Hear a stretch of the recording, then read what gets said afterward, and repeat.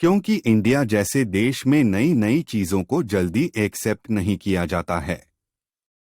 इसीलिए कोई भी प्रतीक के डिजाइन को पब्लिश करने के लिए मान नहीं रहे थे। लेकिन प्रतीक ने हार नहीं मानी और एक के बाद एक पब्लिशर के पास जाते रहे। 11 पब्लिशर ने उनके डिजाइन को बेकार बताकर उनकी डिजाइन छतरी पर प्रिंट और उसकी मार्केटिंग करने से मना कर दिया था।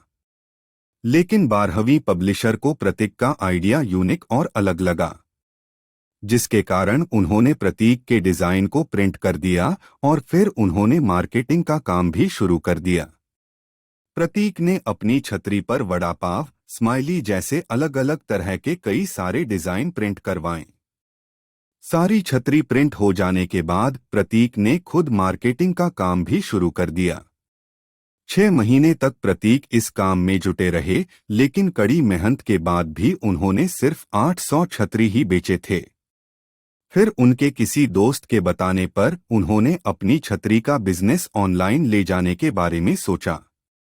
प्रतीक अपने छतरी के बिजनेस पर अपना पूरा हाथ पैर मार लेना चाहते थे, ताकि बाद में उन्हें किसी भी तरह का कोई पछतावा ना रहे। प्रतीक कहते हैं कि बिजनेस को ऑनलाइन ले जाने के लिए और मार्केटिंग करने के लिए 18 घंटे काम करते थे। वो कहते थे कि उस समय रावण के तरह उनके भी 10 सर थे, एक डिजाइनिंग में तो दूसरा मार्केटिंग में। अकेले वो सभी चीजों को संभाल रहे थे। अपने बिजनेस को ऑनलाइन ले जाने के बाद प्रतीक को बहुत डर लग रहा था कि कोई उनकी छतरी खरीदेगा भी है नहीं, इसलिए उन्होंने अपने पिता से कहा कि प्लीज आप एक छतरी खरीद लीजिएगा, ताकि मुझे तसल्ली रहेगी मेरी एक छतरी बिक गई है। लेकिन जैसे ही उन्होंने अपना बिजनेस ऑनलाइन किया और लोगों को उनकी छतरी के बारे में पता चला, तो उनकी छतरी की सेल काफी ज्यादा बढ़ गई।